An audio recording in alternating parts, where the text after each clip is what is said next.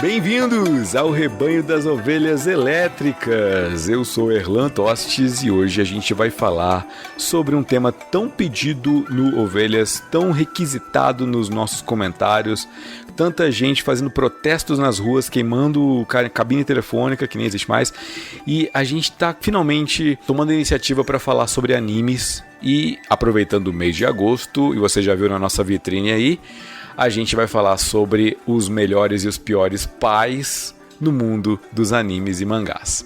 E conosco aqui no Ovelhas Elétricas temos convidados especiais do projeto Bando de Quadrados, Mike Pascoal e Tato Campos. É um prazer receber vocês, podem se apresentar.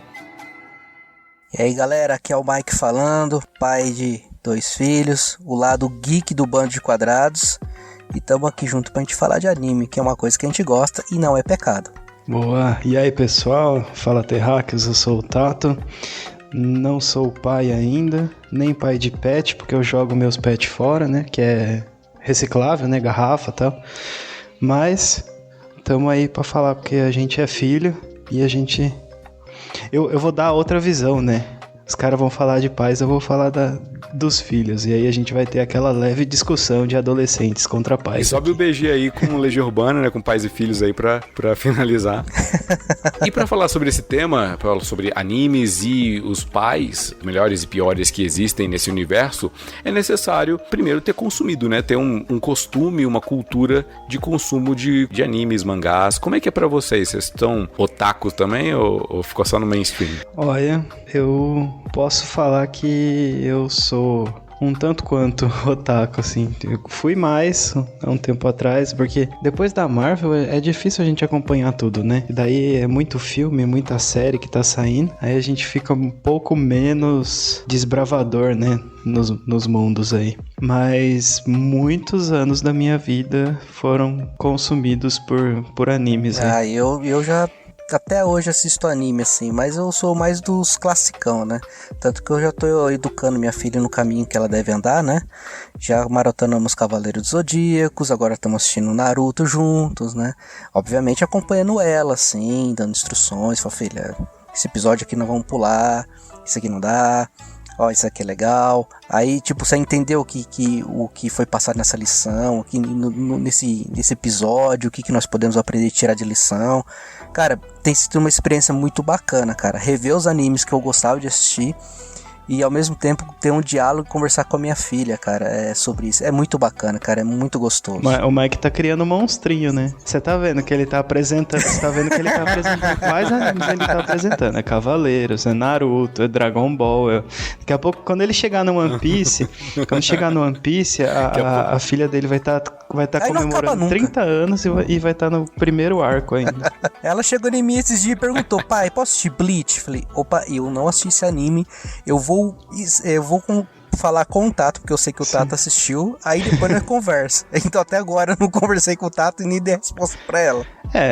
Espera um pouquinho. Minha filha, às vezes, ela vê alguma recomendação. Então, por exemplo, a última foi... Ela queria assistir Spy vs Family. E aí eu falei, cara, não conheço, deixa eu assistir antes. E aí eu fui assistir, tem 12 episódios só a primeira temporada. E aí eu assisti e falei, tá ok, dá pra ver. Esse é bonitinho. É bonitinho, né? E eu acho que dá pra botar de cara o Twilight como na lista aqui, né? Sim. De melhores ou piores. O Lloyd vai do pior pro melhor, né? Você assistiu esse, Mike? Esse ainda não. Esse anime tem um background interessante, né? Porque parece que ele...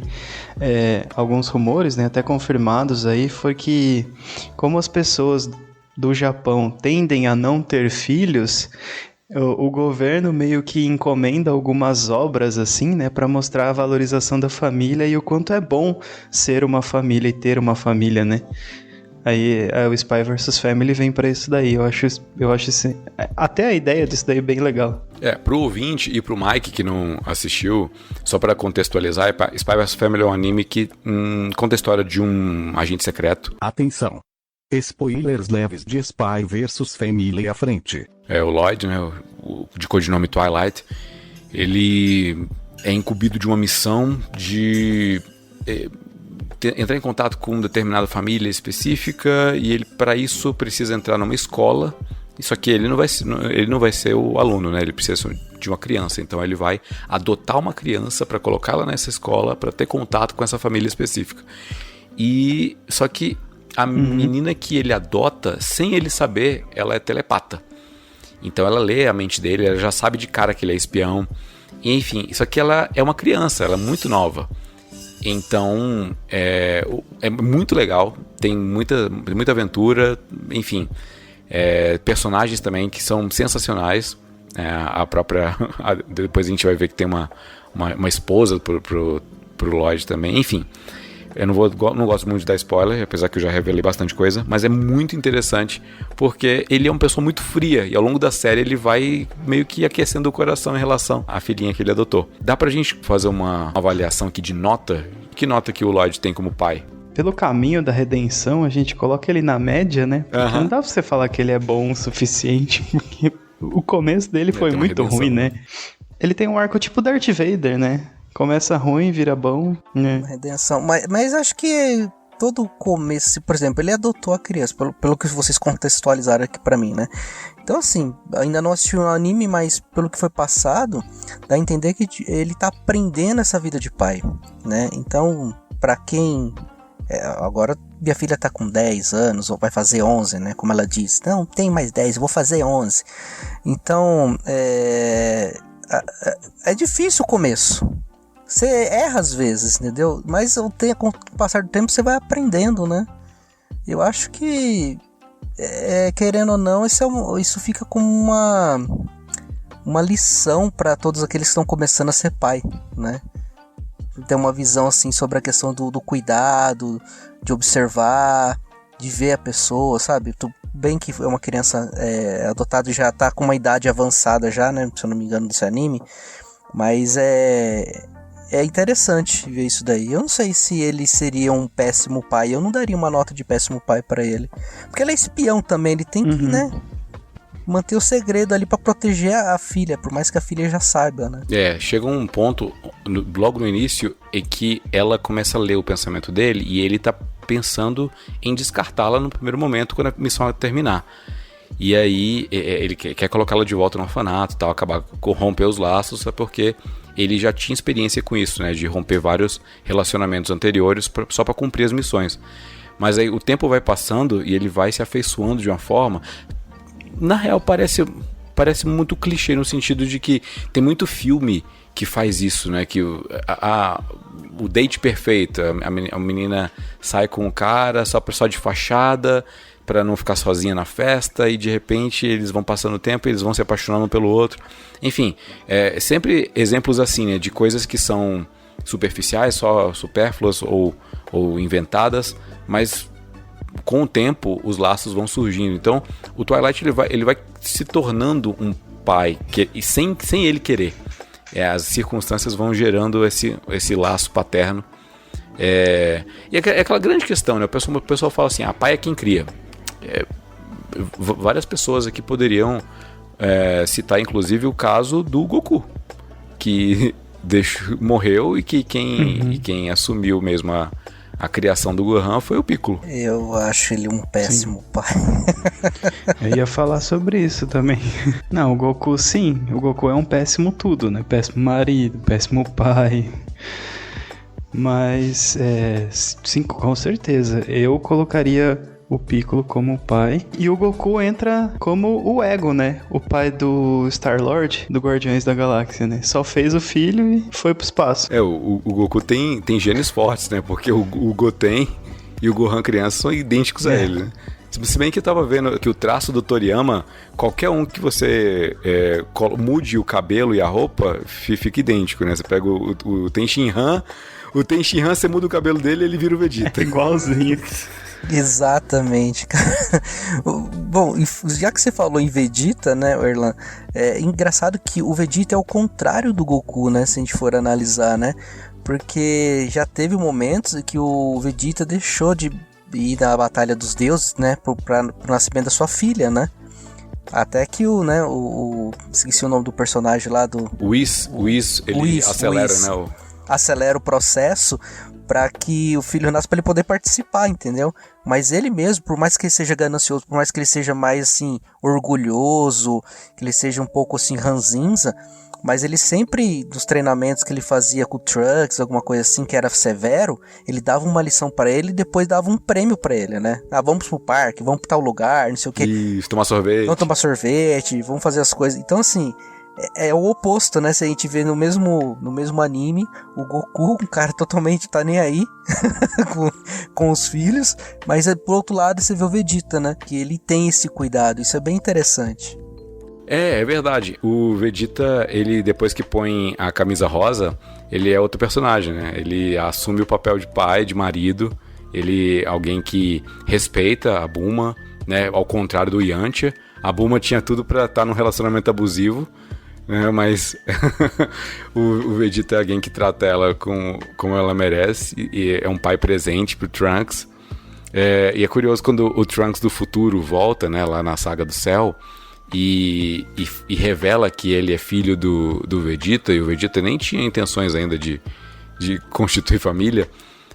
O Vegeta já trata ele diferente, né? Já olha diferente. Eu não sei se foi intencional o Toriyama construir daquela maneira, mas deu uma impressão que o Vegeta ele consegue conceber dois mundos, né? O mundo dele sendo o príncipe dos Saiyajins e, né, um guerreiro nato, tal, e um outro núcleo, né? Um núcleo mais familiar, onde ele cuida da sua casa, ele influencia seus filhos, treina o Trunks, enfim. Vegeta dá pra gente colocar aí uma nota. Que nota dá? Um 9? Eu daria uma nota 9 pra ele.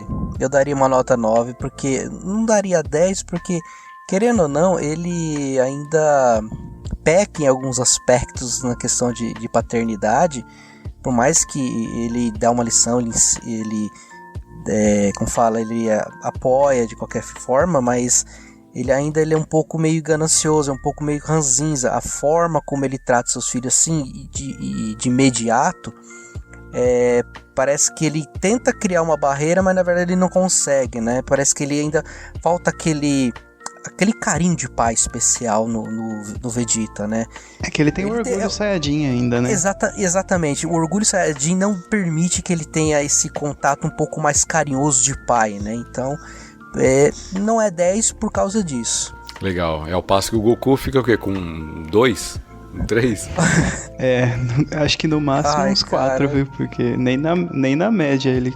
Assim, tudo bem que ele vai e protege a humanidade e protege o universo inteiro e é sempre o cara mais forte, não sei o quê.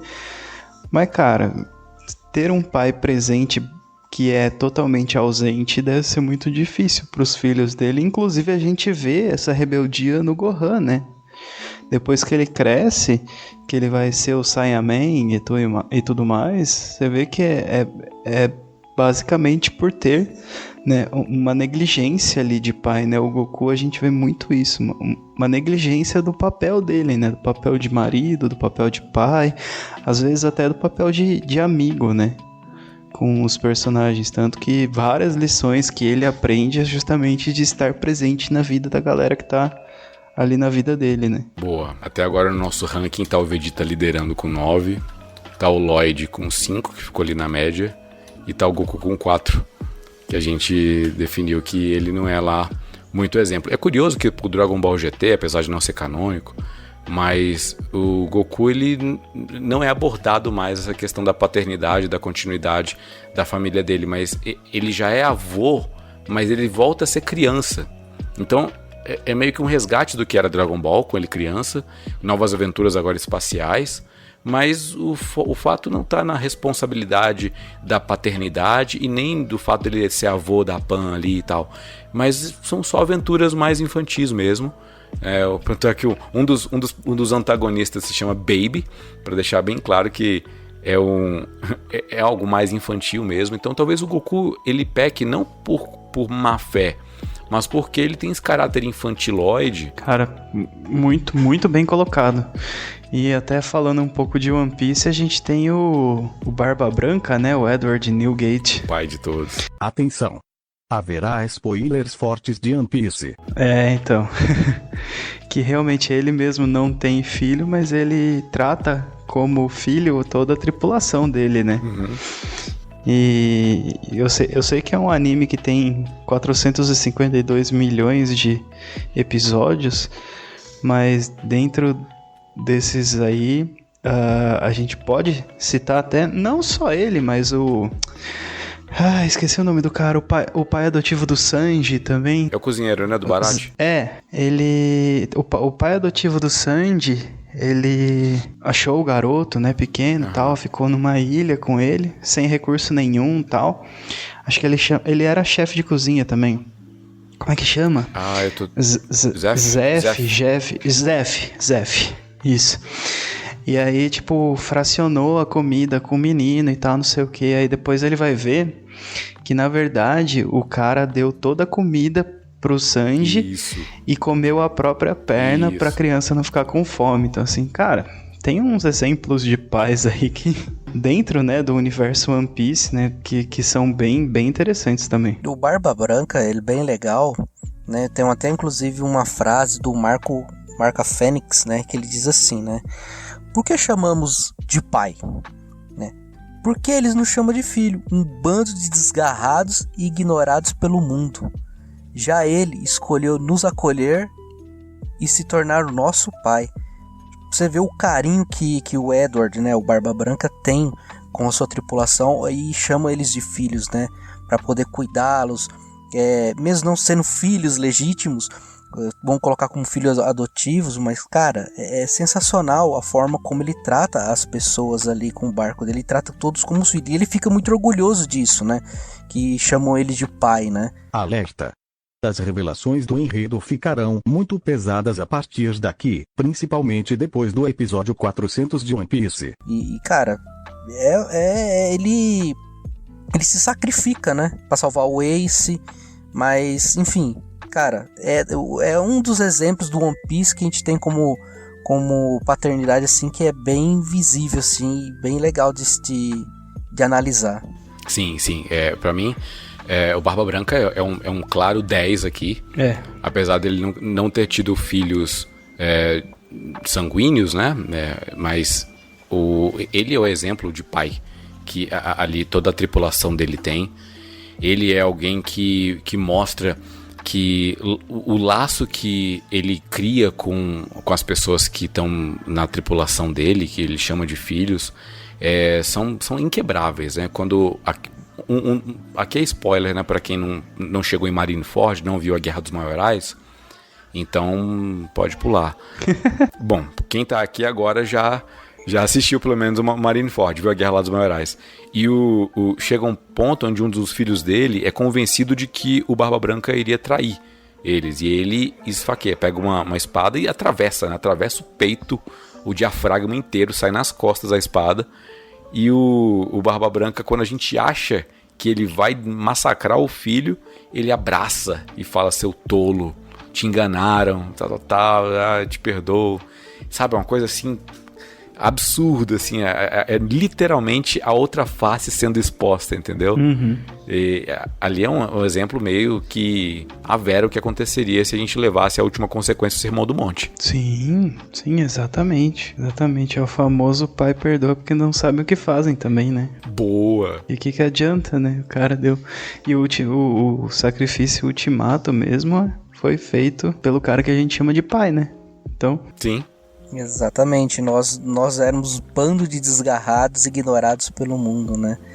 E eles nos acolheu e se tornou nosso pai. É como o Marco Fênix falou pro Barba Branca, cara, sobre o Barba Branca. Uhum.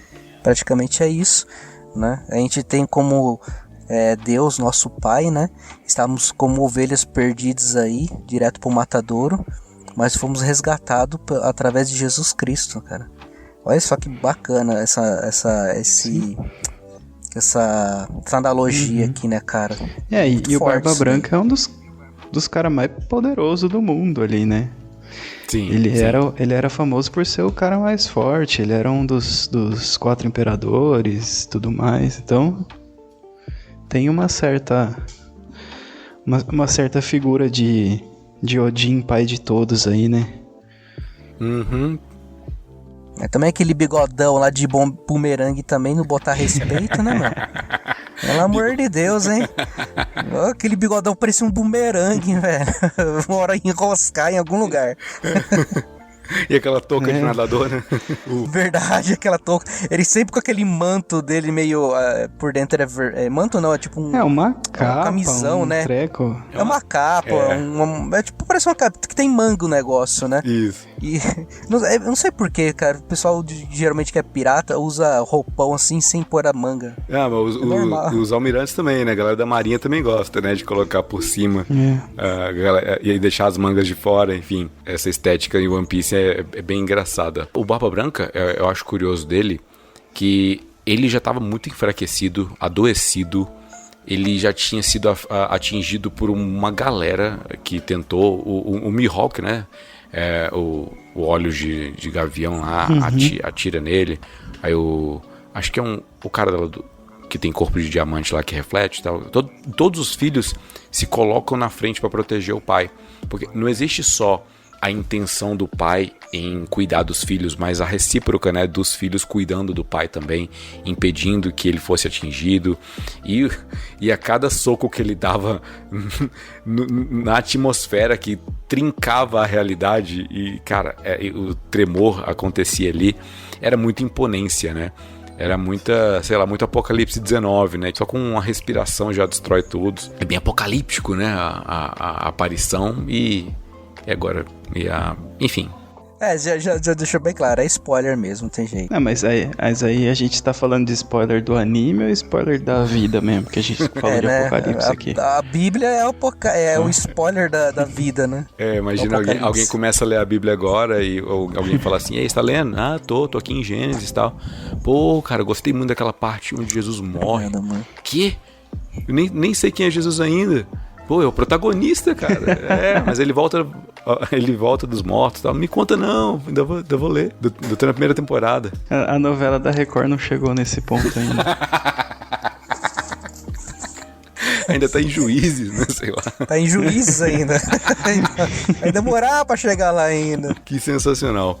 Bom, então o Barba, na nossa lista aqui, passou o Vegeta, ganhou nota 10. Eu tenho um candidato forte aqui pra pelo menos empatar. Então manda. Será que o nosso Minato Namikaze, será que empata? Olá, eu não me apresentei antes.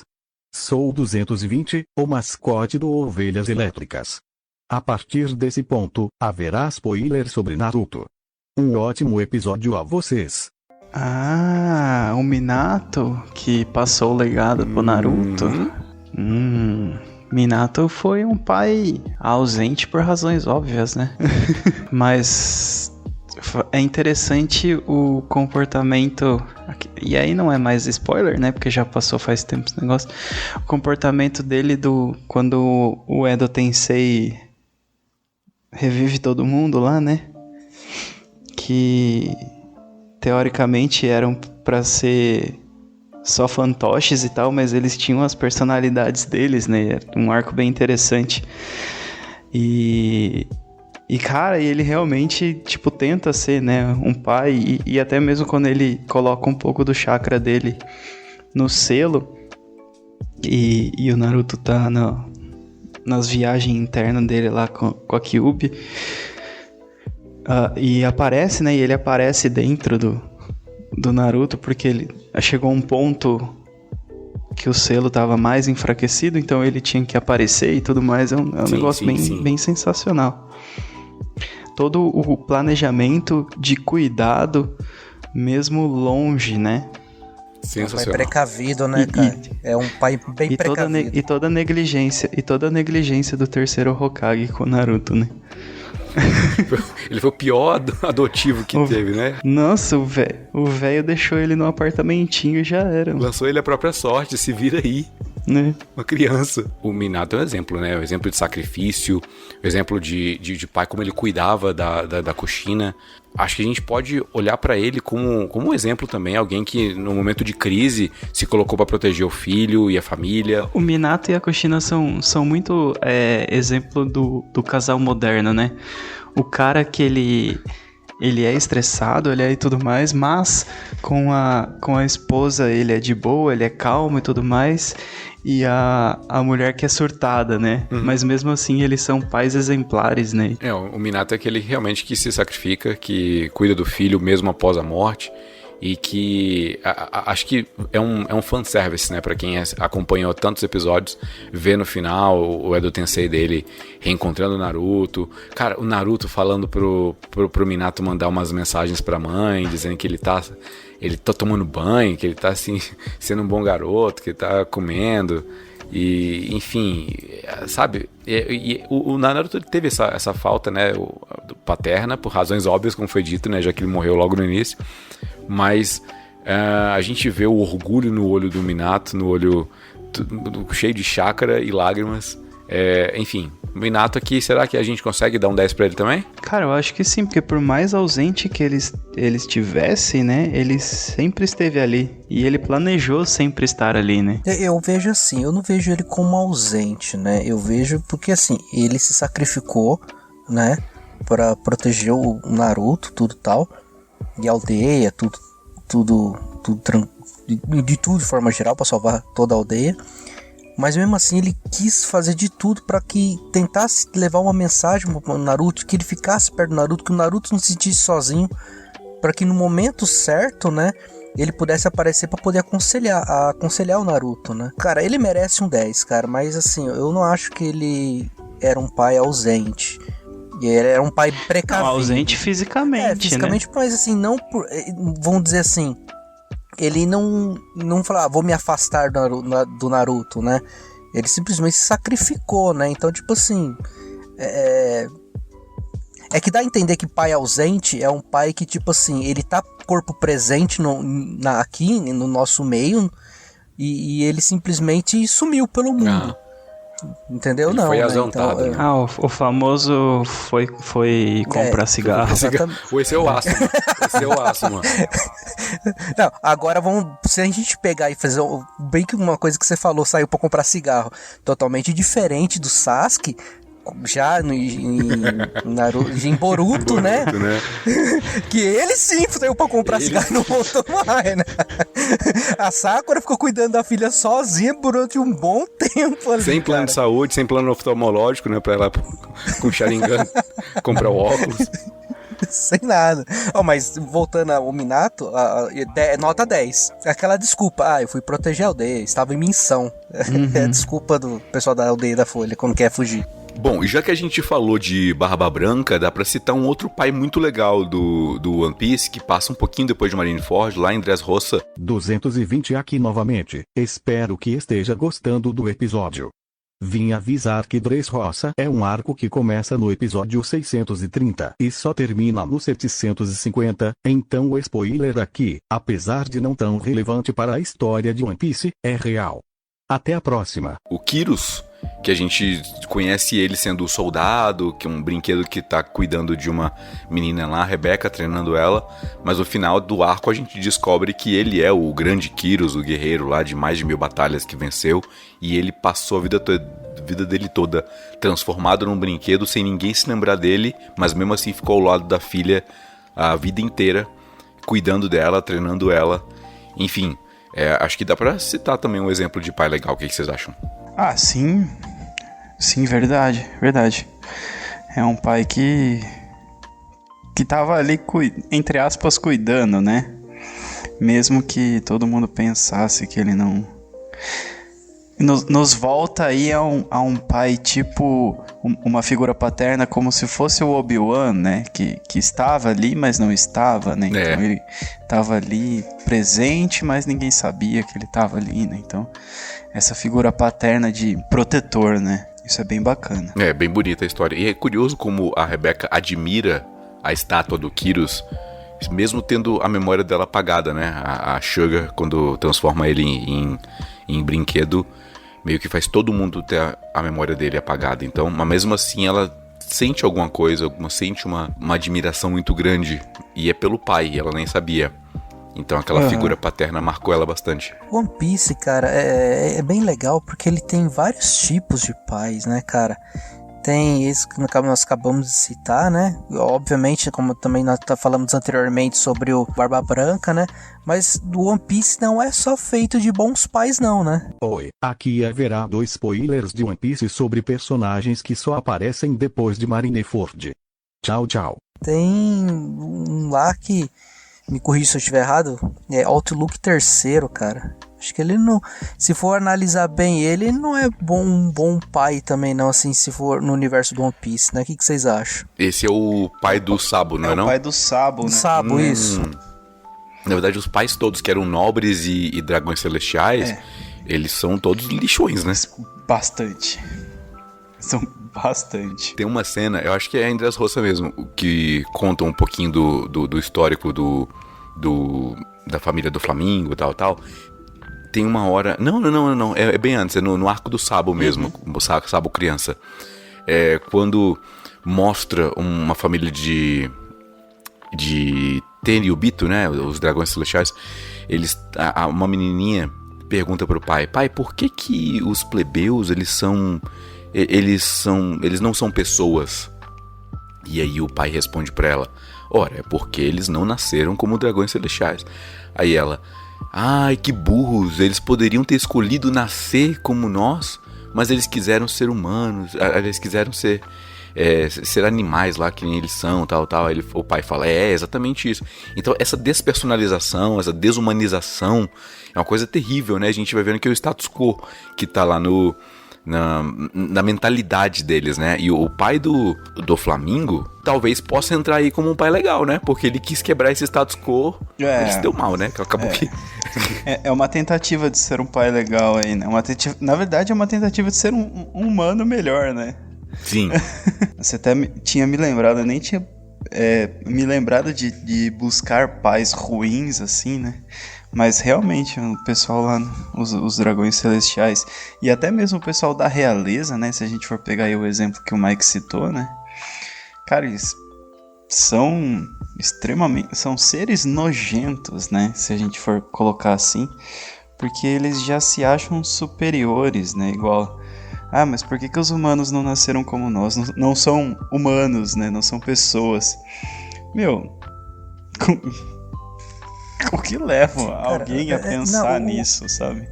Não, a forma como ele trata o filho dele, né? Ele trata o filho dele como uma moeda de troca, né? Vamos colocar dessa forma, né? Ele vê quando o Sabo não vai casar com a realeza, né? E se realizar o casamento de Sabo, né? Cara, ele abandona e adota uma outra criança, cara. Ele adota Sterry, se não me engano. Ele adota o Sterry e cria com o seu filho. Isso. Até que o Sterry acaba se tornando o rei, né? O novo rei, né? Cara, assim, tipo, você não quer fazer o que eu quero? Então descarta e pega adota outra criança para poder realizar o seu desejo, o seu ego, né? É aquele famoso, tipo assim, do pai que projeta no filho aquele seu desejo que você nunca se realizou, sabe? O pai que tinha um sonho de ser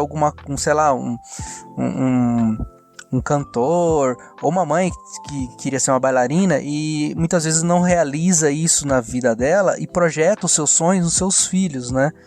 Então, cara, a gente vê isso no Outlook, eu praticamente enxergo dessa forma, porque ele queria muito que seguisse esse tipo de caminho e o Sebo não, né? Ele acabou não seguindo esse caminho, aí falou assim: beleza, você não vai seguir esse caminho? Dá licença que eu vou adotar tua criança que vai realizar aquilo que eu quero. Cara, meio bizarro se for ver. Um exemplo nada bom de um bom pai, né? O Outlook era melhor quando era Hotmail. Oh, eu prefiro o Gmail. Outlook nunca foi bom. Nunca foi bom, cara. Tudo que vem da Microsoft não dá certo. Mas pra falar de pai que nunca foi bom, Dá pra citar aqui Fullmetal Alchemist também, né? Bom, tudo divertido até agora, mas chegaram os spoilers de FMA. Ah, não. Ai, não. Aí eu acho que, tipo, se a gente fosse dar uma nota pro Outlook, sei lá, seria uma nota 0. Mas se for do pai, que eu tô pensando, do Fullmetal, cara, acho que é menos 10, cara. A gente tá falando do Sr. Tucker. Ele realmente é o menos 10, né?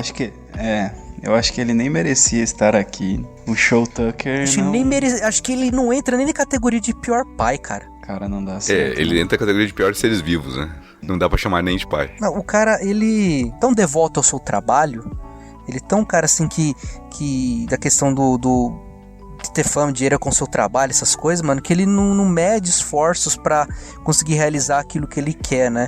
Aí você vê que ele, né, estudava bioalquimia. Aí o que ele faz? Pega a filha dele, velho, e transforma numa quimera, mano. Como pode um negócio desse, mano? Cara, eu só fui, assim, eu assisti bem pouco Fullmetal, né? Mas esse episódio particular, eu acabei assistindo, assim, meio que de tropeço. Mano, eu fiquei assim, como, cara? Não pode ser verdade isso. Cara, que cara maluco, mano. Nossa, é bem... Acho que esse cara merece menos 10 aí, o Show Tucker. E é um momento ali quando o Edward descobre e começa a encher a cara dele de soco, e a gente sente assim, cara, bate um pouco mais. Bate um pouco mais, mas bate com o braço de ferro, mano. Não bate com o braço humano, não. Bate com o braço de ferro mesmo, cara. Chama o seu irmão pra bater nele também com a armadura, velho. Chama. Mano, nossa, cara, merece, cara. Merece apoio aqui, né? Deus me perdoa, mas merecia apanhar. Não dá. Então ele nem tempo de podcast ele vai ter muito. A gente vai só citar en passant como uma pessoa desprezível, como o pior exemplo de pai não seja assim. Mas tem outros caras que são ruins, mas nem tanto, né? Na verdade, são frutos, na verdade, do... Se você pegar o pai do Gaara, né? O quarto Kazekage. Ele tem um trauma, né? Ele meio que associa a morte da esposa com o filho, saca? Uma parada assim. E tem um ressentimento... A gente se compadece, e é uma parada, é ruim, né? E é uma parada que é mais puxada pra vida real, né? Se for pensar. Quantos pais não culpam as crianças de, por exemplo, a mãe morreu no parto, ou a mãe morreu porque foi, sei lá, alguma coisa com a criança e tal. E aí o pai simplesmente transfere, né? Ou acham culpado. E aí a gente consegue até mesmo analisar um pouco mais do ser humano em si, né? Que nós temos a grande capacidade de não resolver os problemas, mas sim achar um culpado para os problemas, porque é muito mais fácil eu colocar a culpa em alguém do que achar uma solução para aquele problema. Então, assim, qual seria uma solução, né? Então, procurar alguma coisa, um tratamento, uma ajuda normal. E o pior é as consequências, por exemplo, que a criança sofre. Se a gente perceber também na animação, no anime, você percebe o quanto o Gaara bebê criança, né? Ele se sentia tão excluído, se sentia mal, sabe? Ele carregava essa culpa. Né? Ele carregava essa culpa, porque o pai já desde cedo botava essa culpa nele. E ele, coitado, já de criança, tendo que aguentar uma responsabilidade de uma culpa que talvez nem foi dele, sabe? Talvez não foi, né? Não foi, exatamente. É que eu tava tentando lembrar se tinha alguma coisa a ver com o esquema da areia lá, mas acho que ainda não era. Depois que nasceu que ele passou por todo aquele processo com o pai dele, se eu não me engano. Eu me lembro. Mas o Gaara se torna Jinchuriki ainda no ventre da mãe, né? O lance da areia. Então era o lance da areia que a mãe dele, na morte, coloca o amor dela ali na areia e ela protege o filho. Mas o Shukaku, ele entra ainda no ventre, né, da mãe do Gaara. E o Gaara, ele nasce de Jinchuriki já. Então, cara, imagina uma criança crescendo com a responsabilidade ainda mais que o irmão, né, o tio dele queria matar ele também, entendeu? Mostrava todo o amor e carinho, mas na verdade ele odiava todo momento. Então, e tem aquela cena clássica que ele tenta matar e a Areia defende ele, e a Areia vai lá e mata o tio dele, né? Então, você vê o quão ele, tipo, meio que começa ali a se transformar, né? Seguindo todo aquele ódio que seguiam tudo pra ele, ele acabou absorvendo isso pra sua vida. Então, olha só o quão é prejudicial quando um pai influencia o filho desde pequeno de uma forma tão negativa, que isso vai refletindo em todo o seu crescimento e desenvolvimento. Porque se a gente acompanhar toda a parte do Naruto, ver como é que o Gaara foi até a luta contra o Sasuke, né, lá na que lutaram lá no meio da floresta, depois que o Naruto também começou a lutar com ele, cara, você vê o quão a personalidade do Gaara ficou depois de tudo isso que ele absorveu do pai dele, né? E praticamente não era culpa dele, né, mano? Mas ele acabou assumindo aquilo, né? No anime tem essa parte meio que apresenta de cara a personalidade de alguns personagens. E, por exemplo, o Gaara ele é apresentado como alguém com sede de sangue, alguém que tá o tempo todo nervoso querendo matar alguém que é na dele. Aí depois a gente vai vendo o porquê que a pessoa é assim, né? E ocorre essa desconstrução constantemente, né? Madara mesmo, o porquê que ele é assim, ou enfim, o Pain, ou todos os outros vilões, menos no final a Kaguya só é má porque é assim, e o Kishimoto ficou com preguiça. Mas o Gaara, a gente tem um histórico que meio que explica, não justifica, mas explica o porquê que ele é daquele jeito. E com o discurso no Jutsu, o Naruto consegue ir quebrando um pouquinho disso. Sempre, né? Sempre esse discursinho aí do Naruto, que vai levando e ganha, né? Mas, cara, tem alguns outros pais que eles são... não diria bons, mas também não diria ruins, né? Eles são na média ali. Por exemplo, os pais do trio Ino Shikashou, né? Que é o pai do Shoji, o pai do Shikamaru, o pai da Ino. São pais presentes, né? São pais ali importantes até. E são figuras realmente que fazem o papel da figura paterna, né? Então, isso é interessante a gente colocar. Não só de pais ruins vive os animes, né? Aqui haverá spoiler sobre Naruto e a Quarta Guerra Ninja. O pai do Shikamaru, durante a Quarta Guerra Ninja, o senso de dever dele, e ele passa o bastão pro Shikamaru. Aqui eu vou botar um alerta de spoiler pra todos. No caso, eu que coloquei o alerta, não foi você, Erlan. Os animes. Mas quando, se eu não me engano, é o Jubi lança aquela bola gigantesca em direção ao QG, e o pai do Shikamaru sabe que vai morrer, e ele fala e dá instruções pro Shikamaru e põe ele no comando, e sabe, e toda a construção que ele tem com o Shikamaru, né, jogando xadrez chinês lá com ele, sempre perdendo e dando conselhos pra ele. Essa construção especificamente do Shikamaru, porque os outros dois, o da Ino e o do Shoji, talvez sejam um pouco mais secundários do que o normal na construção do anime. Mas o pai do Shikamaru, que eu nem lembro o nome dele, é alguma coisa Nara, né? Que a família é Nara. Shikaku Nara. Não, eu acho que o Shikaku tem um papel importantíssimo pra construção do Shikamaru, apesar que o Shikamaru tem uma outra figura paterna que é o Asuma também, né? Sim. O Asuma E aí a gente entra até num ponto que é interessante, que tem muito nos animes, né? Que é o cara da figura paterna mesmo, né? Que aí a gente vai ver esqueci o nome dele, né? Iruka, né? O Iruka Sensei, sim. O Iruka, o Azuma, aí a gente puxando pra outro anime, aí a gente vai ver o One for All, no My Hero Academy. Então é muito presente essa figura do pai que não é pai, né? O pai que cria, né? Isso, o pai é aquele que cria, né? Que muitas vezes a gente percebe isso no anime.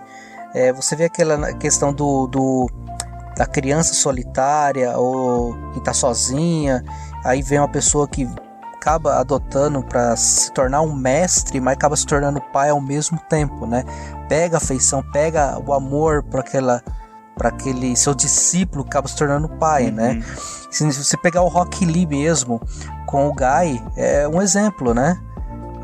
Você vê o tanto que o Rock Lee se veste igual ao mestre dele, né?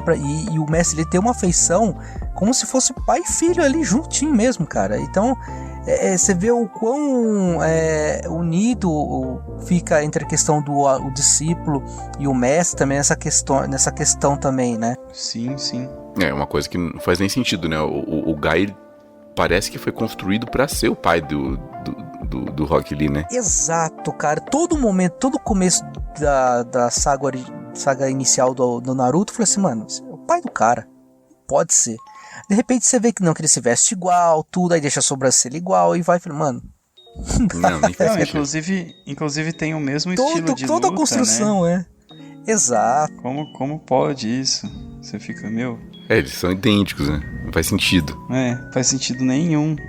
Mas aí... Agora, se nós pegarmos dos animes, mensurar anime com mangá, se a gente pegar aí o Mitsumasa Kido, ele praticamente se tornou um Abraão, né? Pai de multidões, né? Pelo menos no mangá, né? Que ele criou todos os cavaleiros de bronze lá como seus filhos.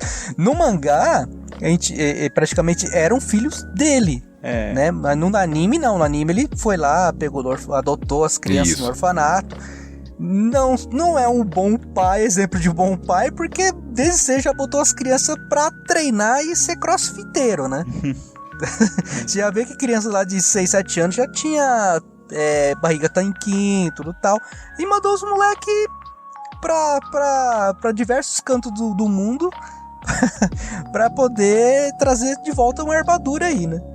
E no início do anime a Saori maltratava muito, né, os meus meninos. Montava em cima deles, metia chicotada neles. O Jabu comeu o pão que o diabo amassou na mão da Saori. Coitado. O Jabu já não presta pra nada, ainda fica apanhando de graça. Exato. E era o cavalinho, vou colocar assim, da Saori, né? Mas olha que interessante, né? O Mitsumasa Kido, ela adotou a Saori, né? Por causa do Aiolos, né? Mas não adotou como filha, adotou como neta. Os demais cavaleiros adotou como filho, né? Então, tipo Moisés, né? Exatamente. Que era filho adotivo da filha de Faraó. Isso. Então, cara, é bem interessante nesse ponto, mas eu não consideraria ele um bom pai, não. Que é bem complexo. A mesma coisa da mãe do Ash, né?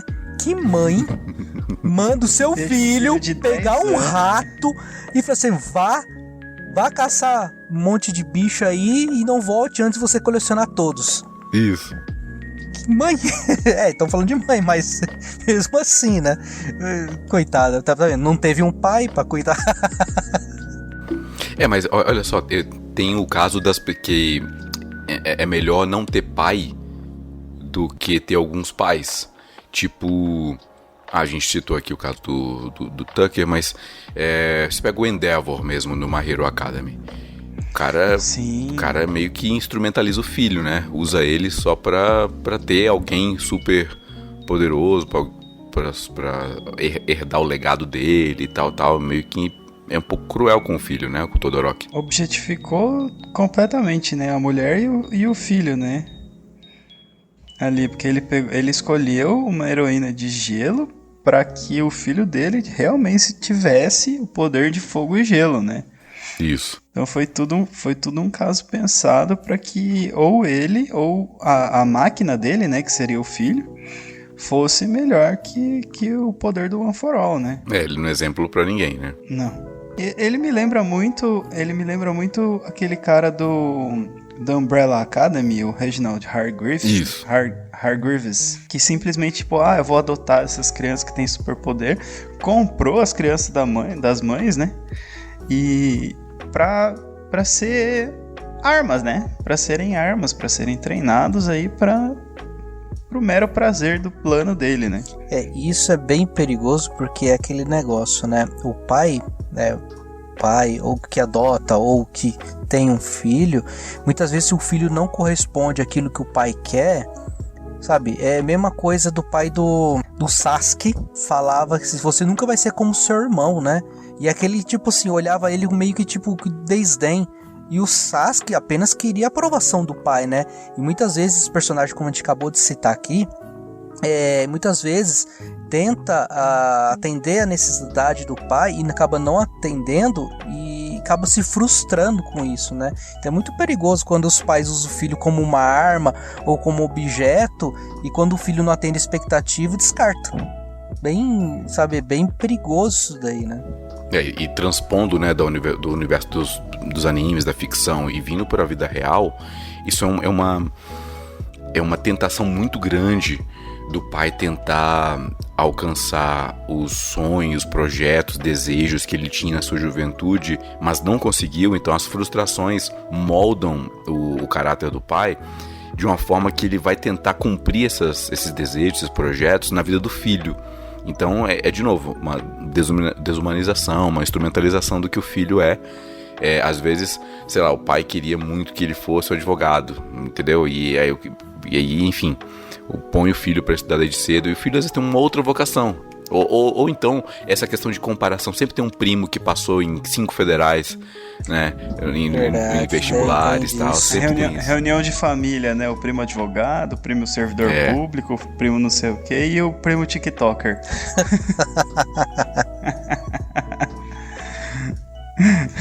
O prêmio pseudo-influencer que tem 100 seguidores lá. Exatamente, e fica nessa comparação, né? E isso não é bom, porque a criança, o filho, né, sempre vai olhar tipo assim, não vou ser ninguém. Eu não vou ser ninguém se eu não for aquilo que o meu pai quer que eu seja. Eu não vou ser ninguém aquilo que meu pai quer que eu me torne. Não, obviamente o pai quer o melhor para o seu filho, mas o pai também precisa entender quais são as vocações que o filho... o pai quer que o filho seja um advogado, mas o cara talvez ele quer ser um programador, ele quer ser um cara de TI, alguma coisa assim, tipo, totalmente oposto, sabe? O pai quer que ele seja de humanas, mas ele é de exatas. Então o pai precisa olhar para o seu filho com bons olhos, enxergar quem o seu filho é e parar de se projetar a sua visão nele e tentar entender que seu filho tem o seu próprio caminho a construir quando crescer, né? O nosso trabalho como pai, né? Eu sou pai. O nosso trabalho como pai não é cortar as asas, mas orientar no voo, né? Dos nossos filhos, né? Então a gente tem que olhar para isso. Eu tenho 2 filhos, né? A minha filha, ela é muito... O Tato conhece, sabe? Ela desenha que é uma maravilha, cara. Com 10 anos ela faz uns desenhos que eu falo assim, caramba, filha, nem eu desenhava assim quando eu era criança. Ela desenha muito bem, ela é muito mais ligada à parte de humanas. Já o meu filho, Matheus, ele não gosta muito de português nem nada, ele tem 6 anos. Cara, mas matemática, esse menino, é de deixar a boca... Vai que vai, deixa de boca caída. Então assim, eu tinha meu objetivo quando eu era criança, mas eu não posso projetar isso nos meus filhos. Eu tenho que entender que meus filhos eles têm os sonhos deles, e têm os propósitos deles, e nós como os pais temos que orientar, como falei assim, orientar no voo, né, para que eles possam voar sozinhos, né?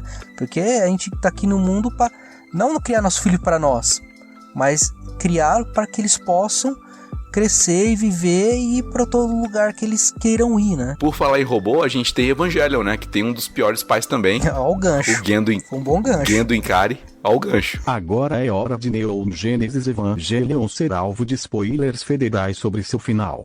O aviso foi dado. O Gendo Ikari, ele usa o filho pra tentar reconectar o trabalho, o projeto da esposa que morre no impacto. E aí vem a alma de Adão e o corpo do Eva, enfim, é muito complexo, né? A história do Evangelho, a gente tem que ter uma ovelhas elétricas só para o Evangelho, mas o Gendo é ridículo, né? É ridículo, ele deixa o filho longe durante uma década, e depois ele chama o menino de volta só para poder, quando os anjos começam a vir, né? Ele é o único que tem uma conexão com o Eva. Então ele usa o menino como um piloto para poder cumprir um plano maligno muito maior do que ele mesmo, né? Aquela instrumentalização humana, transformar o mundo num suco de laranja. Enfim, o Gendo tá ali pau a pau com o Tucker. O que vocês acham? Cara, sim. É bem... Como você falou, né? É bem complicada a história de Evangelion, porque é um treco muito inovador até pra época que foi lançado, né? É uma parada meio dark, assim, né? Difícil da galera entender. Mas, cara, só de ter esse negócio aí, né? Do pai dele ter usado ele. Porque ele tem uma certa ligação ali com o Eva, mano. Quando os anjos vêm, quando tem o ataque, né? O ataque. É complicado, mano. Porque assim, é exatamente aquilo que a gente tava falando. O pai que quer realizar a coisa dele no filho, né? Então ele quer realizar uma parada que é dele. Como ele não consegue, ele coloca toda a perspectiva ou a expectativa, né, no filho. Eu tenho um exemplo bem bobo, mas até nem é exemplo ruim, né? Mas assim, meu pai é baterista, né?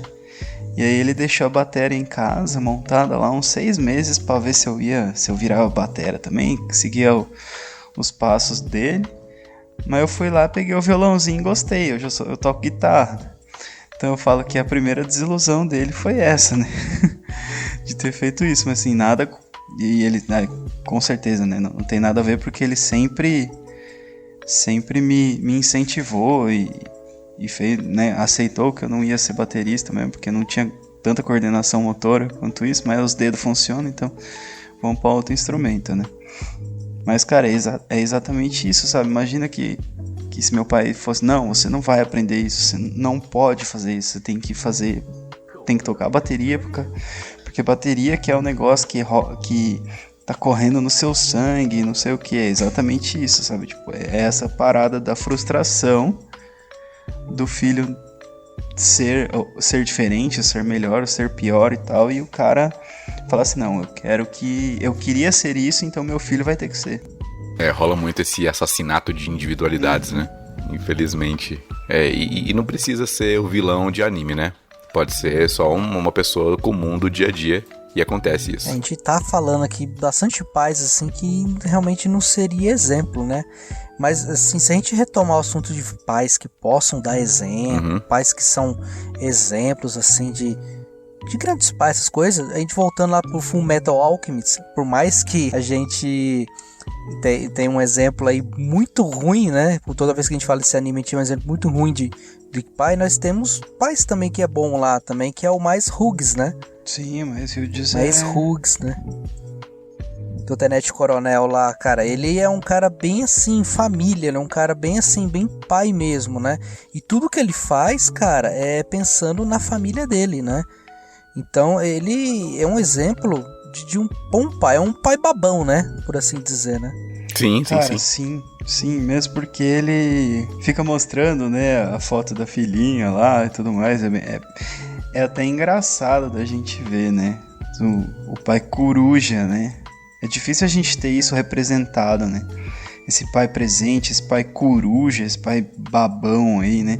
Que na real, quando o filho nasce, vocês estão aí, né? De prova, vira, né? A gente vira babão. Então, sim.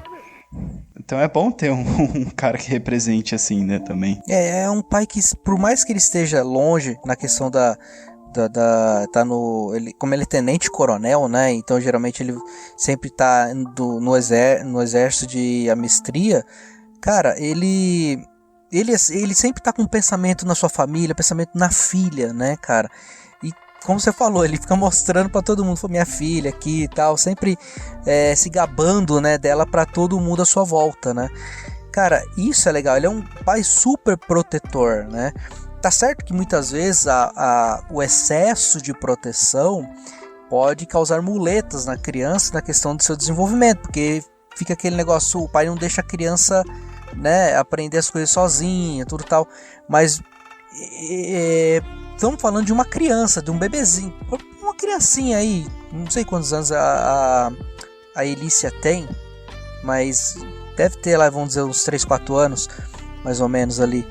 E, cara, obviamente um pai vai ser babão, né? Que eu praticamente, da minha filha, minha primeira, né, a primogênita, cara, é bapa assim pra baixo, babão. E hoje joga videogame comigo, cara. Puxa, é gostoso. Só que era aquele jeito, né? Conforme ela vai crescendo essas coisas, eu sempre acabei dando um pouco mais de responsabilidade pra ela. Sim, no caso dele, ele nem consegue ser porque tá sempre trabalhando também, né?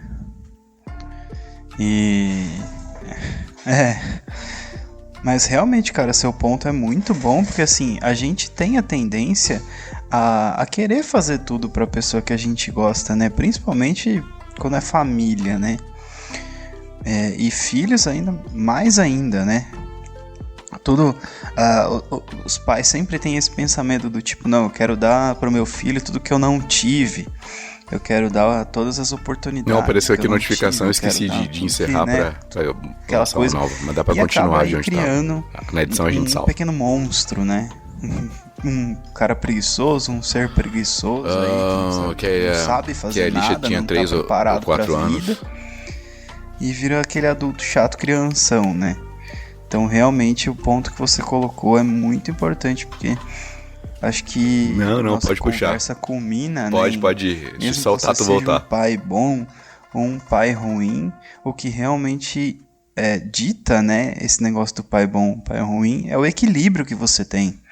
De você ser um pai, de você ser um protetor, de você ser, né, o cara, o porto seguro mesmo do seu filho, de você ser o mestre, né, de você ser o conselheiro ali, de você estar ali, né, quando ele precisa de você, estar sempre disposto a ajudá-lo, sempre disposto a dar um conselho, a discipliná-lo, né, quando precisa, a ensinar, a cuidar, a amar, mas também a deixar o filho evoluir por si só, né? Não ficar dando hard candy pro Pokémonzinho, né? Deixa ele evoluir o nível naturalmente. Acho que a filha dele deve ter em torno mais ou menos uns 3, 4 anos. Cara, eu sou pai, né? Com minha filha de 3, 4 anos, assim, obviamente brinquei com ela muitas vezes, tudo, né? E, cara, hoje ela joga videogame comigo, minha filha, cara. Eu apanho. A gente joga Street Fighter. Hoje eu, infelizmente, eu tô apanhando dela agora, né? Mas tem revanche. Tá 5-4 por enquanto. Mas vamos lá. Mas o legal é que, assim, por mais que o Mais Hugs ele seja um pai babão e super protetor, como o pai é com qualquer filha dessa idade, né, pequenininha, o importante da superproteção é que não vire muleta, mas sim ser protetor, mas também quando o filho começar a crescer, ver certa idade, também dá responsabilidade para ela, né, para essa criança, para o seu filho, para que ele possa crescer sabendo que existe responsabilidade que ele também precisa ser feito. Porque se todo momento o pai fazer aquela super proteção, não, deixa aqui, filho, não sei o que tem, o filho nunca vai criar aquele senso de responsabilidade, né? E isso é perigoso quando um pai é muito super protetor ao ponto de não deixar o filho fazer nada, né? Uma coisa que eu acredito que o Mais Hugs não seja, entendeu? Mas é um ponto de atenção que a gente precisa ter nesse momento quando a gente trata de pais super protetores, né? As escrituras sagradas ensinam que a gente tem que ensinar a criança no caminho que ela deve andar. Quando crescer, jamais desviará dele. Então, a partir do momento que é criança e você ensina o caminho que ela deve prosseguir, ela não vai desviar daquele caminho, não vai desviar daqueles ensinamentos. Davi ensinava muito seu filho, né, Samuel, a sempre buscar Salomão, sempre a buscar Samuel, Davi sempre ensinava a Salomão a fazer o quê? Buscar sabedoria. Busque sabedoria, busque sabedoria em todo momento. Quando Deus chegou diante dele, ele falou assim, pede o que você quiser que eu vou te dar. Aí falou assim, Deus, me dê sabedoria para lidar com o teu povo. Entendeu? Uma coisa que ficou cravado nele desde criança é o que o pai dele sempre falou para ele desde criança: busque sabedoria, né? Não que nem o ET Bilu, busque conhecimento, né? Mas o legal é que tem essa questão, né, do pai que é superprotetor ensina a criança no caminho que ela deve andar, mas não ficar no tempo todo na cola dela, ou então pegar, fazer como marionete. Ensinar a criança no caminho que ela deve andar não é fazer dela uma marionete, colocar cordãozinho e fazer tudo que ela faz, não. Ensina, porque ela, quando criar o caminho dela, quando ela entender o propósito dela aqui na Terra, e quando ela for, sei lá, fazer o seu ciclo de vida, casar, morar em outra cidade, essas coisas, ela nunca vai esquecer daquilo que ela aprendeu com o pai desde criança, né? Mas ainda assim não é garantia, né? Porque, querendo ou não, você pega o exemplo de Death Note. O pai do Light, eu acho que o Soichiro Yagami, ele era lá um cara, trabalhava na polícia, ele era uma pessoa muito honrada, nunca teve nada que desabonasse sua conduta, ensinou pro filho conceitos de justiça, conceitos de responsabilidade, tal, mas ainda assim, quando veio a oportunidade, o Light usou da livre escolha que ele tinha e tentou resolver o problema do mundo, sendo ele o juiz, o promotor, o carrasco, e ele... eu não acredito que tenha havido negligência ou uma ingerência do pai sobre o filho. Eu acho que o pai foi o melhor exemplo possível, mas o filho ainda assim tomou essa decisão, tal como, né, você pega os próprios exemplos de Davi.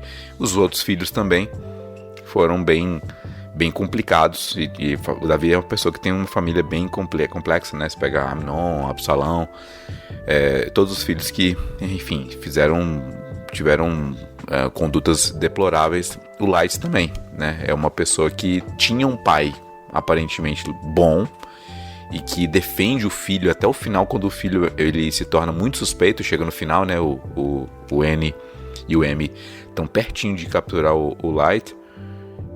O pai dele põe a mão no fogo pelo filho e, enfim, acaba queimando, né? Porque Exato. O filho era mau. Exato. Se a gente vê, encaixa até um pouco na questão do filho pródigo, né? Que o filho, ambos os filhos, né, tinham a mesma herança, o mesmo tratamento com o pai, mas um quis viver a sua vida. Com certeza esse pai, porque o filho mais velho, né, ele respeitou o pai ali em todo momento, mas o filho não. O mais novo falou, não, eu quero sair, né? Sempre tem a ovelha mal da família, vamos colocar dessa forma, né?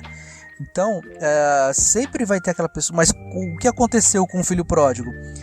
Ele lembrou, de qualquer forma, por mais que ele tenha saído do caminho, ele lembrou do pai dele, lembrou de tudo que tinha, com certeza refletiu muito sobre a questão do pai e falou, vou voltar. E ele voltou. Entendeu? Então, assim, como você falou, né, Erlan? Às vezes o pai tem a conduta certa, tal, mas o filho toma um caminho errado. Acontece mesmo, né?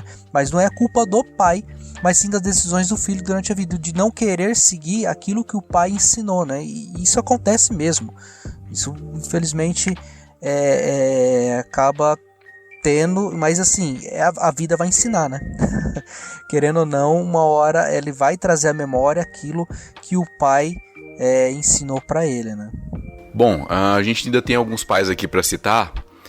Não sei se vocês já assistiram Hunter x Hunter, mas tem um pai lá que meio que define o anime, né? Porque o Jing, que é o pai do Gon, é quem é o causador do anime, né? O Gon, ele sai em busca do pai. O pai foi comprar cigarro, nunca voltou. E cabe ao Gon procurar o Jing, né? Que é o seu pai. E o pai não facilita no processo de encontrar o filho.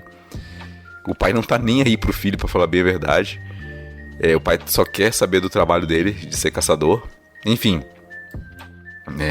Tá aí, Jing. Foi citado aqui porque pais não façam isso com seus filhos. Sim, verdade. Hunter x Hunter é um anime muito bom. Sensacional, por sinal. O Gon é um personagem legal, né? Tipo, a parada dele de despertar e tudo mais, né? O poder e tudo mais. Porém, essa ideia de buscar alguém, né?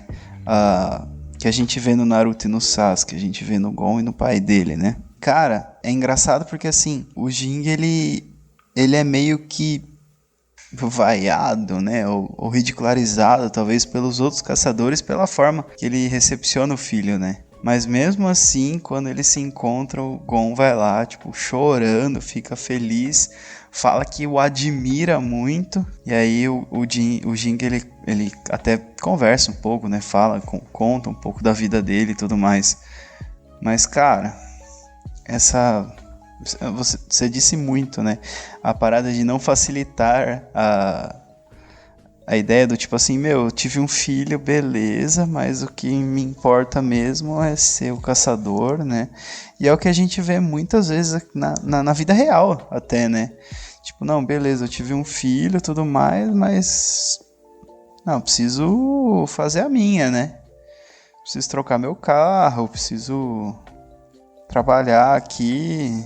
Preciso trabalhar o dia inteiro, fazer hora extra, muitas vezes não vê o filho, aí fica naquela correria, aí quem cuida é a babá, quem cuida é a avó, quem cuida é um tio, uma tia, enfim, aí a criança vai crescer... Ou até mesmo transfere, né, tipo, pra escola, isso, né, integral. Então a escola tem que ensinar. Também tem essa questão, eu sou pai, mas eu dou tudo que meu filho, não falta nada pro meu filho, né, dou tudo que ele precisa. Mas o principal acaba não aparecendo aí, né? Mas se pegar aí na questão do Hunter vs Hunter, tem o Silva Zoldyck, né? Sim, bom. A família Zoldyck como um todo, né? Você tem o velhinho lá, eu esqueci o Zero, qual é o nome dele? Esqueci. Acho que é Zeno. Zeno. Acho que é isso. O Zeno, o Silva. O Zeno é o pai do Silva e o Silva é o pai do Killua e dos outros irmãos malucos.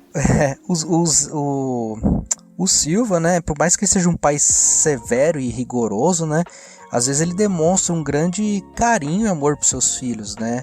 É normal, eu acredito que seja um tratamento normal de um pai, assim, às vezes o pai rigoroso, cobra as coisas, mas não deixa de demonstrar amor e afeto, né. É um pai que cobra, mas é um pai também que tá ali demonstrando amor, né. Sempre tentando interagir, sempre tentando estar disposto a ouvir o que seu filho tem a contar, né? Às vezes, né? Em alguns momentos ali do anime. É interessante, assim, a questão do Silva. Eu vejo o Silva como um pai... Um pai... Ele é excêntrico, assim, né? É excêntrico. Ele é tipo sentido, né? Família Adams, né? O Gomes lá do Família Adams. Exato. Que eles são todos bizarros entre si, no tratamento entre eles. Mas você consegue, dentro daquele universo, ver que existe algum tipo de boa vontade ou de carinho, né? De afeto. De ligação, né? Entre eles ali. Exato. De cuidado. É o jeito estranho deles, mas tá ali, entendeu? Você consegue identificar isso. Por mais estranho que seja, você consegue ver. É bem dado esse exemplo. Até, inclusive, naquela luta deles, do pai e filho. Aliás, tem duas intervenções dos dois juntos, né? Do Zeno e do Silva. Uma quando os dois vão enfrentar o Kurolo. E é muito legal porque o Zeno fica instruindo, né, o Silva, cuidado. Esse livro dele é perigoso, ataques de curta distância, então você tem que ficar mais longe. Quando eu imobilizar ele, meio que deu um golpe para matar, ainda que você me atinja. Então eles são bem assim, é o que se espera de um caçador profissional. Uhum. E teve uma vez muito legal também quando no arco das quimeras tinha uma daquelas formigas que era uma chita, e ele fica o tempo todo querendo mostrar o poder novo dele. Aí só que ninguém dá moral. Aí finalmente, quando ele tá indo embora, o Zeno já levou o Meruem lá pro local onde o Netero ia enfrentar ele.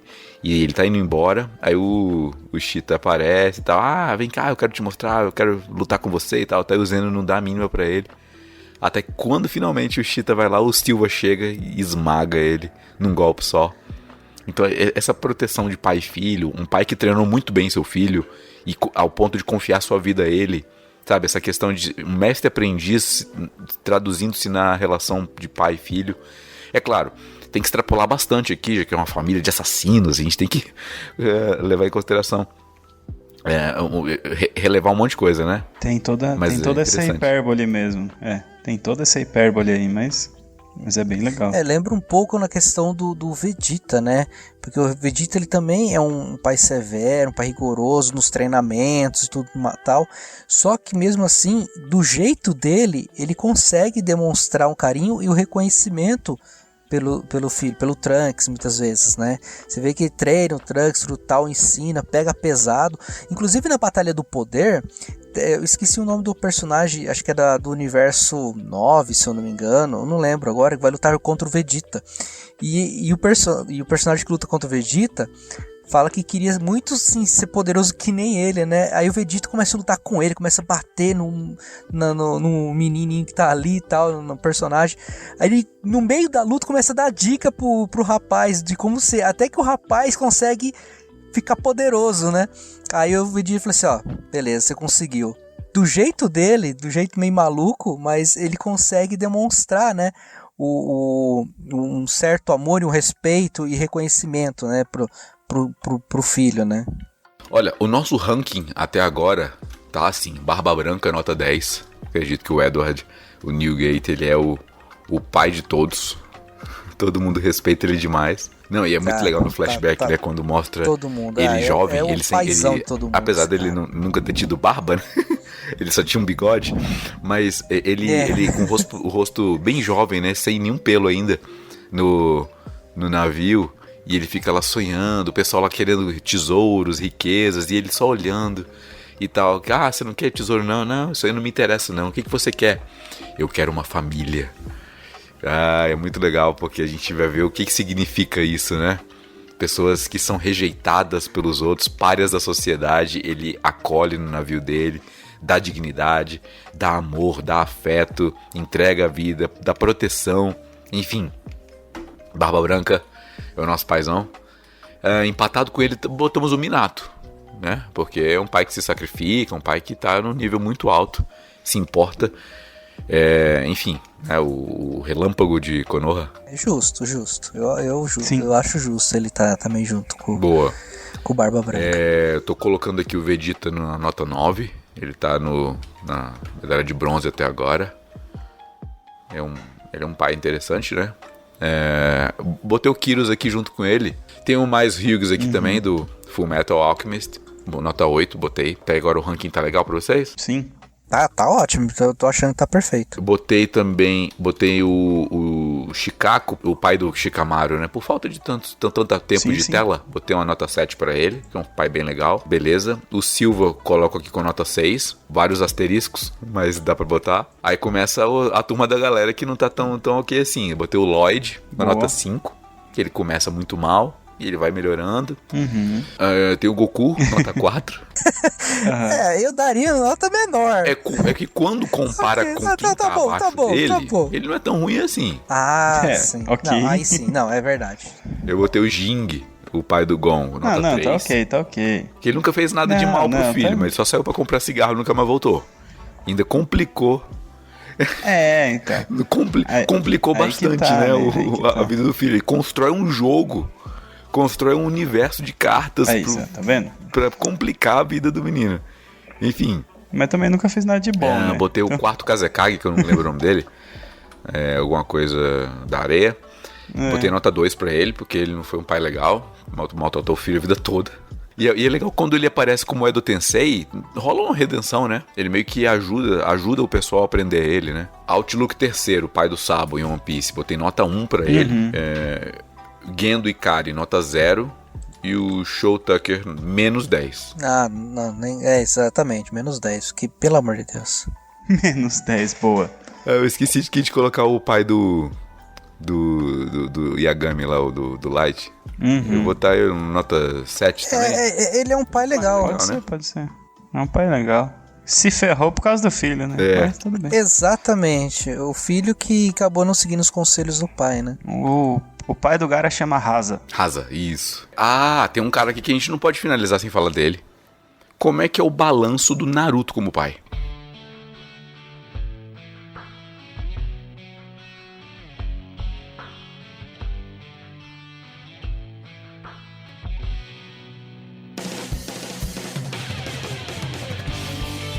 E aí?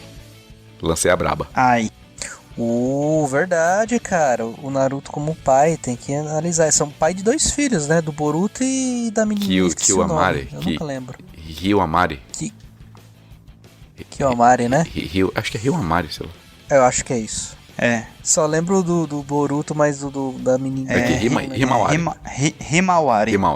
Quase, a gente por aproximação, né, do data... O Naruto, cara, como um pai, eu vejo ele um pai... como posso dizer assim? Não é um pai também, assim, exemplar, tal... Mas eu vejo uma coisa bem interessante, porque o Naruto, por fato dele não ter tido um pai e mãe tão próximos, né? Mas obviamente teve o Yura Sensei, teve os mestres como o pai, que muitas vezes ajudaram ele em algum momento. E muitas vezes no próprio anime, ele, assim, na saga dele original, né? Do Naruto, ele muitas vezes, principalmente com o Gaara, né? Ele se compara, muitas vezes ele se compara muito com o Gaara, fala, nossa, como eu me vejo muito igual a você, né? O Gaara, mesma coisa, também não teve família, não teve pai, e sempre odiado pelo que ele era. O Naruto se comparava muitas vezes com ele, achando que era aquilo, sabe? E às vezes, pô, será que eu vou me tornar igual o Gaara? Mas muitas vezes o Naruto falou, não, eu não sou igual a você, eu tomei essa decisão diferente. Então, por quê? Porque o Naruto teve... pessoas boas do lado dele que conseguiu colocar ele no caminho, e ele conseguiu passar isso para os seus filhos, né? Tudo que ele não teve uma família, mas ele conseguiu constituir uma família, e até é legal. Muitas vezes dá uns fora. Ele dá uns fora mesmo. Tem não sei se vai ser um spoiler aqui, mas tem uns episódios em que o Sasuke e o Boruto voltam no passado, né? E o Naruto, praticamente nesses episódios, pega e fala assim, quando eu era criança, eu não era assim tão desleixado como você. Fala pro Boruto. O Boruto no passado vai ver o Naruto, ver que, peraí, esse é meu pai? Ai, que engraçado, meu pai falava que não era nada disso, olha a besteira que ele tava fazendo. Então assim, é aquele pai que tipo assim, faço o que eu falo, mas não faço o que eu fiz, né? Mas eu acho que ele tem essa preocupação com os filhos, tem a preocupação agora que ele se tornou Hokage e tudo tal, ele tem assim uma preocupação com os filhos, mas eu acho que ele ainda não deixou de ser o crianção que ele era, é o típico pai brincalhão, crianção, né, eu vejo assim na questão do Naruto. Eu acho ele um bom pai, eu acho que um pai assim divertido é bem legal, assim, até pro crescimento dos filhos e até pra ter uma mais aproximação, né. Eu definiria o Naruto como um pai normal. Porque é um pai que erra, é um pai que tenta fazer com que o filho não faça as mesmas coisas erradas que ele fazia, né? Agora que ele sabe o dano que ele fez e agora que ele viu todo o treinamento e todo o trabalho que ele teve para salvar a vila, né? Por mais que ele tenha sido uma criança excluída, ele não quer a mesma coisa pro filho dele, né? Então ele vê que quando o Boruto começa a aprontar e começa a ter os mesmos tipos de comportamento que ele vai atrás e fala assim, não, cara, pera aí que não vai dar certo isso aí não. Vamos melhorar, vamos ser legal, porque não é bom ficar assim, não é bom ser excluído, não é bom. Eu já passei por isso. E aí realmente esses episódios que eles voltam no passado, eles conectam muito mais, né? Então é aquela coisa do plot do Boruto mesmo, né? O Boruto só é bom por causa do Naruto adulto, né? Dos personagens do Naruto adulto. Então, vale aí um pai legal. Eu acho que eu daria um 6, 7 pra ele também, bem dado, assim. Bem colocado. É uma boa nota. Como você falou, é um pai normal, assim, né? É um pai que erra, é um pai que tenta acertar também, mas é um pai que tá presente, é um pai que tá com seus filhos. É uma pessoa, é um pai normal, né?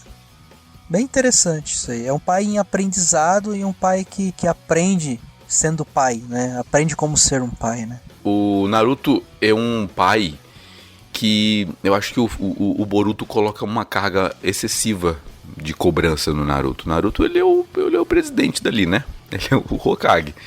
Então, ele tem uma responsabilidade muito grande. É claro que a estratégia talvez não tenha sido das melhores, tipo, aniversário da filha, ele mandar um clone lá pra família e tal. Talvez ele possa fazer o contrário, né? Colocar os clones pra trabalhar e ele ficar presencialmente com a família. Mas o Boruto, ele coloca uma carga muito grande de pressão em cima do pai. Ele espera que o pai... O Boruto, na verdade, ele foi muito mimado, né? Ele se torna um playboy de Konoha, né? Ele só falta a Juliette dele, o copo da Stambler, ele chegar de BMW na escola. Sim. Pô, Verdade. não dá.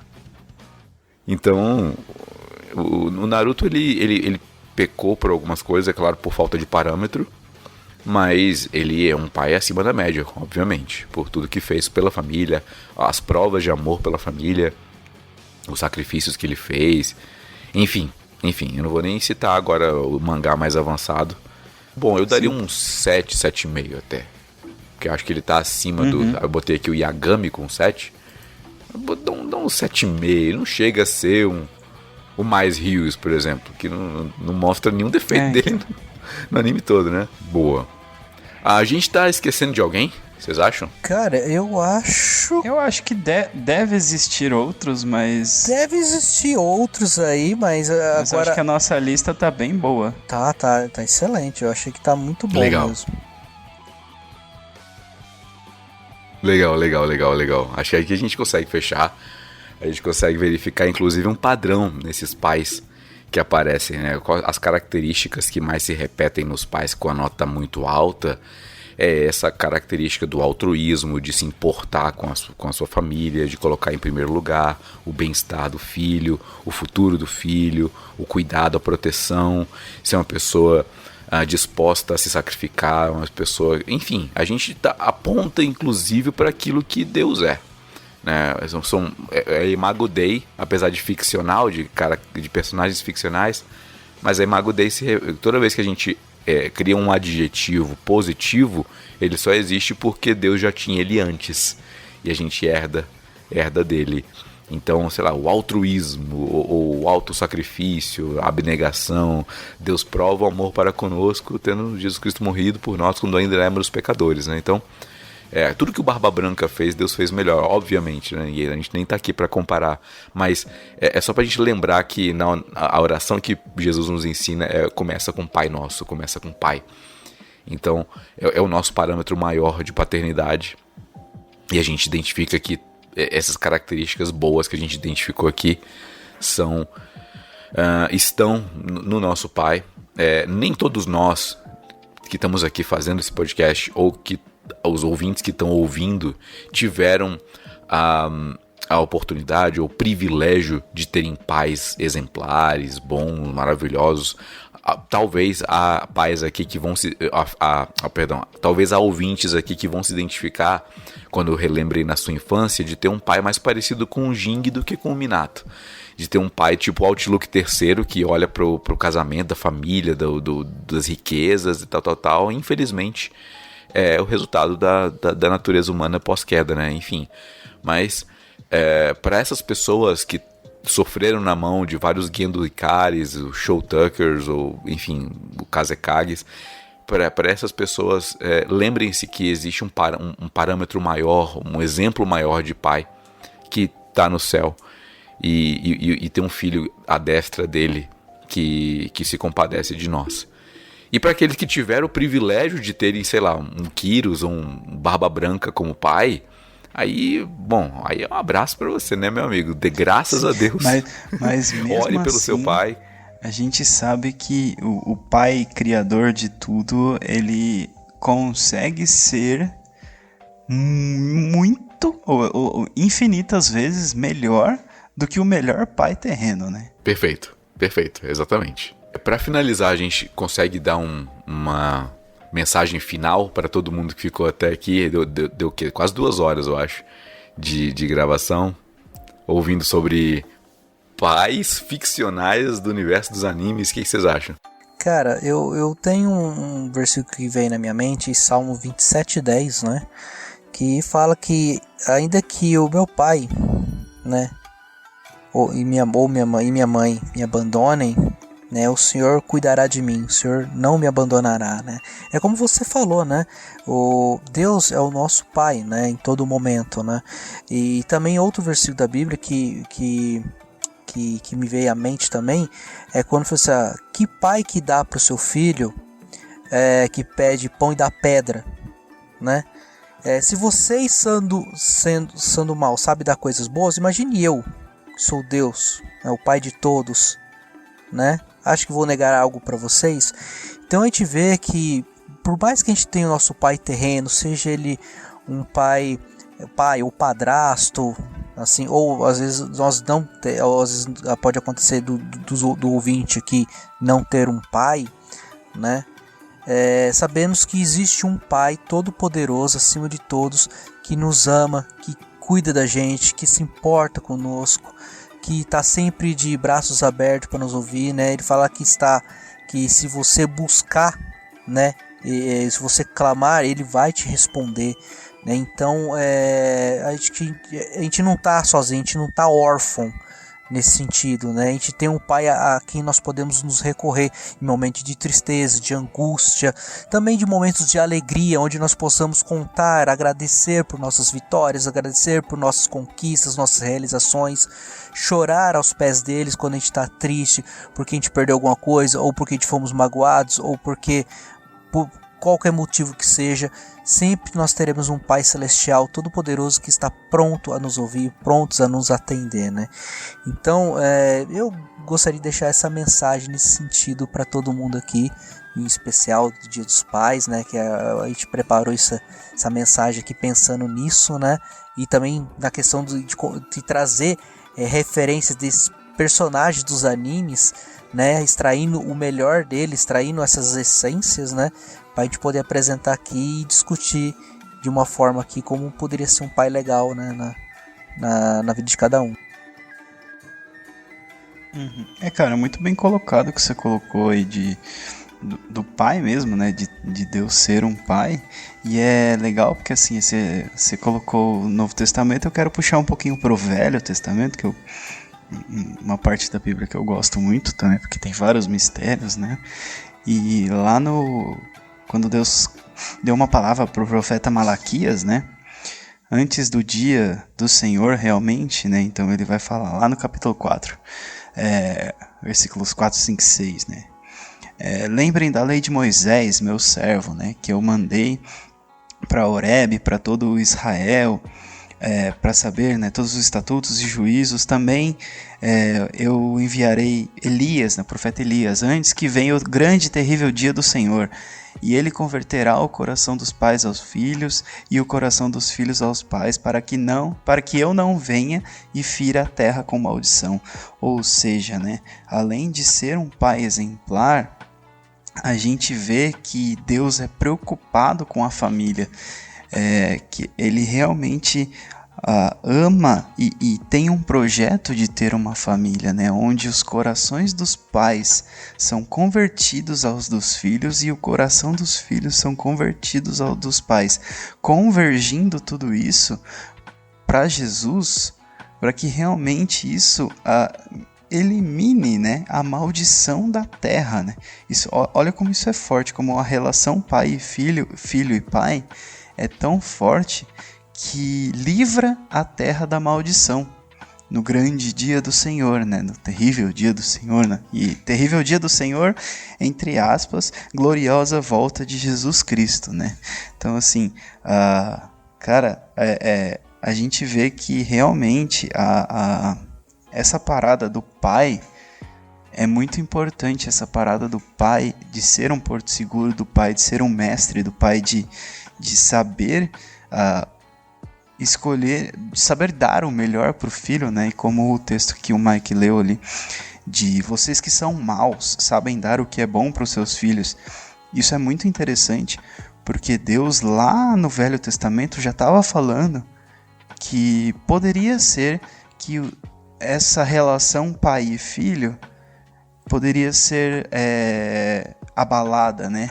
Então ele estava falando que antes dele vir, os corações dos pais se converterão aos filhos e os corações dos filhos se converterão aos dos pais, que é quando a harmonia familiar acontecer, né? Ou seja, quando a gente não precisar buscar uma figura paterna, porque nós temos uma figura paterna em Deus, e aí sim nós convertemos os nossos corações aos nossos pais, ou nós convertemos os nossos corações de pais aos nossos filhos, aí tá o preparado, né? Preparado para a volta de Cristo, né? Amém. Eu quero agradecer a presença de vocês, Tato e Mike. Para quem não conhece, o Tato e o Mike fazem parte do projeto Bando de Quadrados e eu quero deixar aqui um espaço para que vocês falem sobre vocês e qual que é a proposta e como que a gente acha vocês nessa rede mundial de computadores onde internautas navegam. Bom, galera, então assim, o Bando de Quadrados, ele nasceu com o propósito de poder levar a palavra de Deus usando todos os elementos da cultura pop, anime, série, filmes e tudo mais, né? E estamos aí há quase 8 anos no ar, né? Temos nosso canal no YouTube, youtube.com/Bando de Quadrados, né? Toda semana, toda sexta-feira tem vídeo novo, sempre alguma coisa ligada à cultura pop. Nossas redes sociais, @Bando de Quadrados em todas as redes sociais, basta procurar, exceto no Twitter não coube os caracteres, então é @Bando_Quadrados. Mas em todas as outras redes sociais você pode procurar @Bando de Quadrados, você vai encontrar a gente, sempre com postagens, reflexões, tudo referente à proposta nerd cristã, né, que a gente quer levar o evangelho através usando a cultura pop, né? Às vezes não sei se o pessoal tem curiosidade de saber por que Bando de Quadrados, né? O Tato e eu sempre fomos nerds, né? E sempre fomos chamados de quadrados por ser nerd. Aí a gente é crente, né? A gente sempre foi chamado de quadradão por ser crente, né? E junta tudo, virou um bando de quadrados, né? E uma outra coisa também, né? Nós também temos um site de notícias nerds e cristão, então sempre que tiver algum lançamento de filme, seja cristão ou não, quadrinhos cristãos ou não, música, tudo mais, lá no site bandequadrados.com você vai ficar antenado com todas as novidades que vão acontecendo no meio nerd, filmes, séries e tudo, seja ele cristão ou não. Então fica aí para você uma forma de entretenimento para que você possa curtir e também ser abençoado, tá? E para quem quiser me seguir, tá? Eu sou @EuSouMike, tá? Em todas as redes sociais, principalmente Instagram e Twitter, onde eu sou mais ativo. E só complementando aí, o nosso site é bandequadrados.com, é onde nós agregamos todos os nossos conteúdos, né? Então, se você quiser conhecer nossos vídeos, tem lá, nosso podcast também tem lá, temos artigos, né? Temos reviews, então a gente faz críticas de filmes, de séries, de livros, de jogos, de quadrinhos, etc e tal.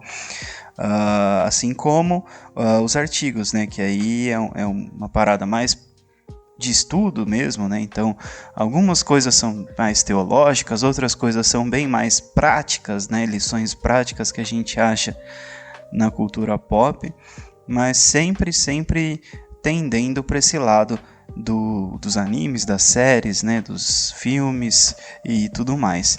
E o Mike já falou, né, Bando de Quadrados em tudo. E se você quiser saber da nossa vida também, além disso daí, eu tenho o @tato.campos, que tá no Instagram, e o Twitter é @tato_campos, porque foi feito em tempos diferentes e agora eu não consigo mudar, porque já pegaram os underlines e os pontos. Então, tamo aí pra agregar sempre. Perfeito, senhores. Foi um prazer receber vocês aqui. Agradeço pelo convite. Espero que a gente tenha novas oportunidades.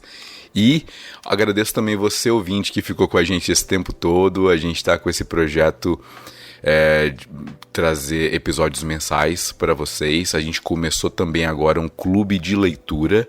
Fique atento às nossas redes sociais, a gente vai divulgar isso. Na verdade, acho que já na publicação desse episódio aqui a gente já lança o clube de leitura, então fique atento, inscreva-se e agradeço bastante por todo o tempo que vocês ficaram com a gente. Feliz Dia dos Pais, feliz mês dos pais. Você que é pai, seja um pai melhor, espelhe-se em Deus e abençoe seus filhos. Você que é filho, não é pai ainda, honre seu pai, sua mãe, seja uma pessoa próspera na terra ou com longevidade, né? A promessa que existe para honrar pai e mãe. E muito obrigado pela audiência de vocês. No mês que vem estamos de volta com o Ovelhas Elétricas. Tchau, tchau.